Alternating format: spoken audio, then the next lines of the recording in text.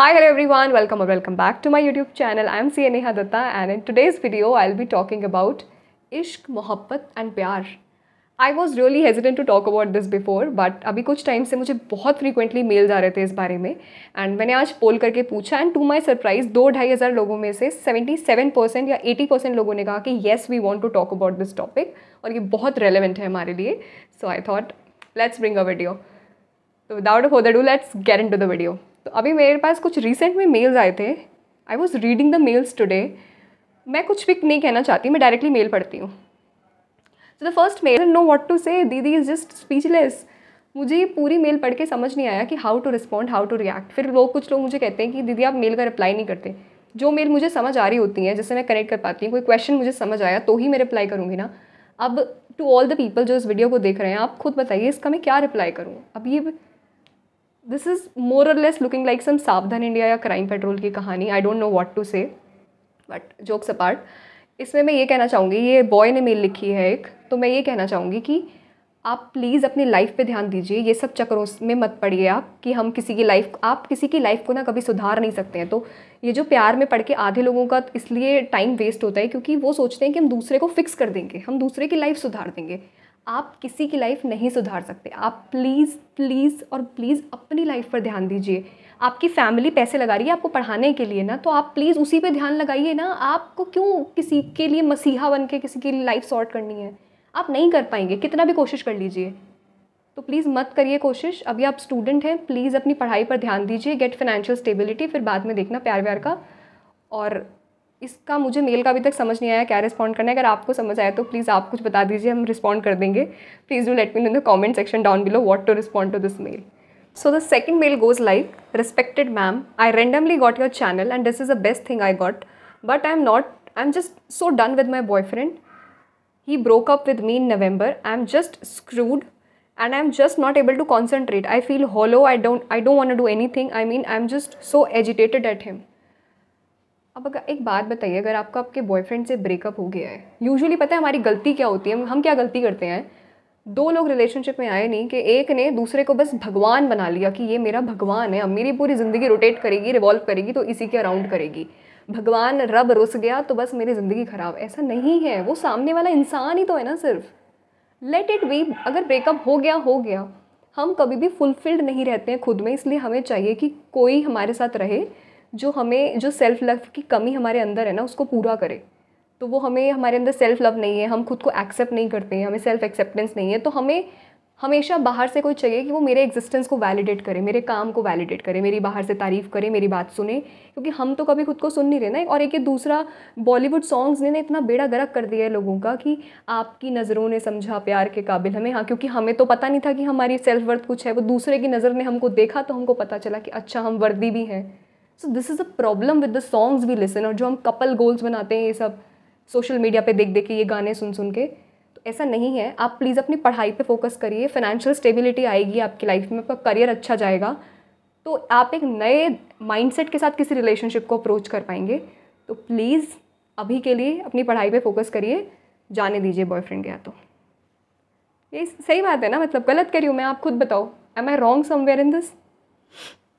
Next mail goes like, I am one of the student pursuing graduation second year, but the problem is I love a person who is my senior, even though he didn't feel the same for me. But actually I care and love him a lot. जब वो आपकी care love नहीं कर रहा है, आपको reciprocate नहीं कर रहा है आपके इमोशंस को, तो आपको क्यों करना है ऐसा. भाई ये कि हम खुद के दिल पे खंजर लेके मारेंगे कि नहीं नहीं तुम इमोशनली अवेलेबल नहीं हो ना, अब हम तुमको पूरी इज्जत देंगे. वो हमारी सेल्फ वर्थ, वो हमने उठा के कचरे के डिब्बे में डाल दी है. ऐसा नहीं करना है. I genuinely want to write all this in mail कि नो योर वर्थ. जब कोई आपके लिए सेम फील नहीं कर रहा है तो आप किसी के लिए क्यों वैसा फील कर रहे हो. खुद के दिल पे खुद ही खंजर मारने वाली बात है ये. Honestly don't do this with your self. I thought about preparing for competitive exams, but the thought that he would leave me in the next 3 months as he completes his graduation, making me not to do anything. I'm not able to concentrate on anything, even though I have a family and responsibilities. How can I overcome from this, दीदी? Please reply. 3 महीने बाद वो चला जाएगा college से, तो ये सोच सोच के आपका काम नहीं हो रहा है, वो आपके लिए पहले ही सेम फील नहीं करता है, तो ऑलरेडी आपका नहीं है ना. तो आप कहाँ मत्था मारे जा रहे हो. जो चीज़ आपकी है नहीं उसके पीछे आप क्यों ही पड़े हुए हो फिर.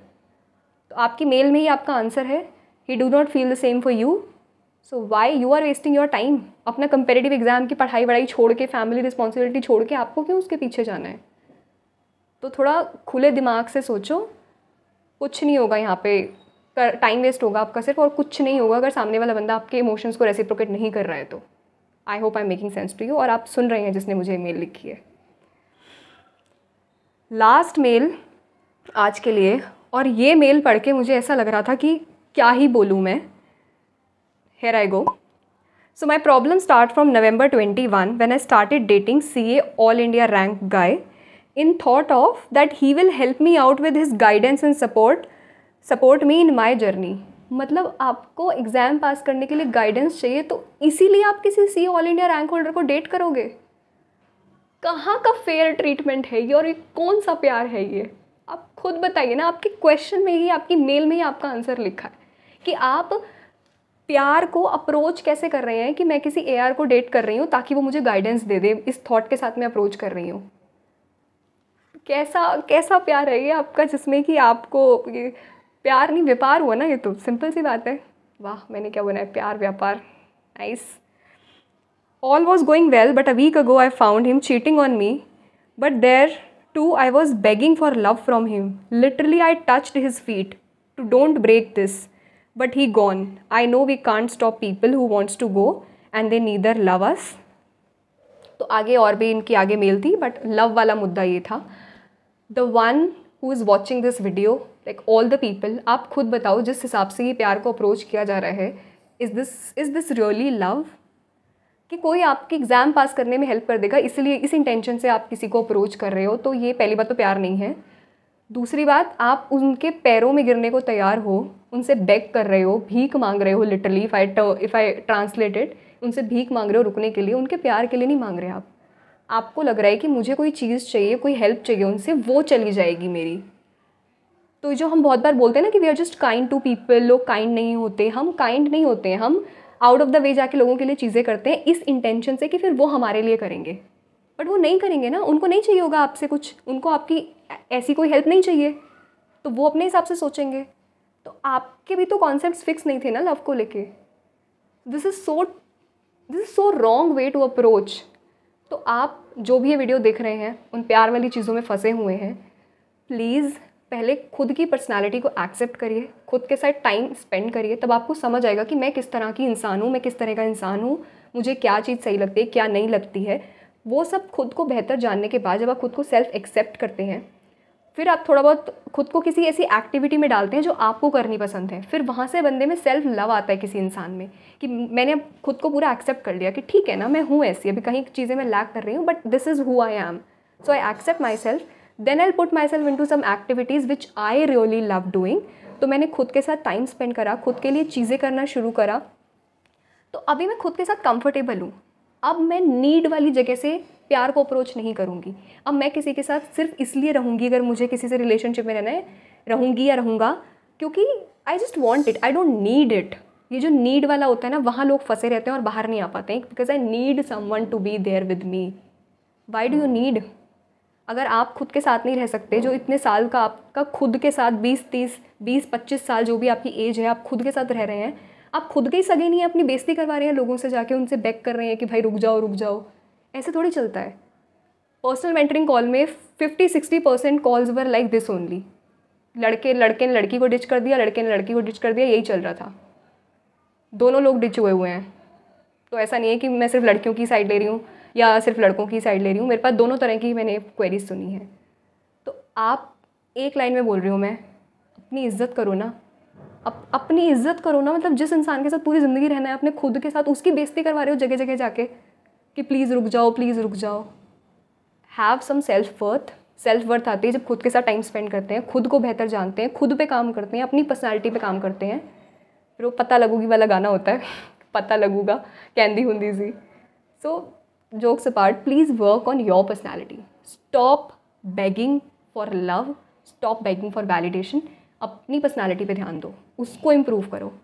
और कोई जा रहा है तो जाने दो, दुनिया बहुत बड़ी है, बहुत लोग मिल जाते हैं। जब एक बार आप ये एग्ज़ाम वाले फेज से जब बाहर आते हो ना, तो आपको दिखता है भाई दुनिया बहुत बड़ी है, लोग बहुत हैं बाहर।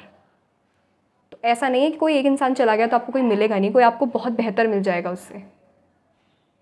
When people come out of this exam वाले लूप से जब बाहर आते हैं, they go out, they meet the people out there and then they realise कि मैं कुछ ऐसा मिस आउट नहीं करा, कोई अगर मेरे साथ नहीं है, अभी कोई ब्रेकअप हो गया, किसी भी वजह से हो गया, so I will get the person who is actually for me.